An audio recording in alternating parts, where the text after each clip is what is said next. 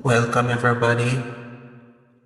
For those who want to test the power supply that is outside of our unit or computer desktop, I'm going to show you a simple procedure to do so, and it only requires that you have a paper clip, dry hands, and lots of patience.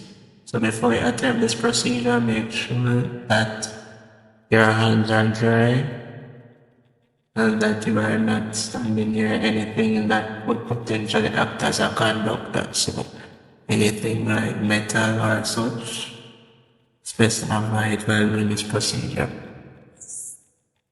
So if you look at the next slide, you're going to see how I want you to place the paper clip that you'll be using in this procedure. So first step is to plug in the power supply into our plug outlet. Make sure that the on switch is on. Make sure that you have your paper clip and ensure that it is bent in the shape that you saw in the previous screenshot.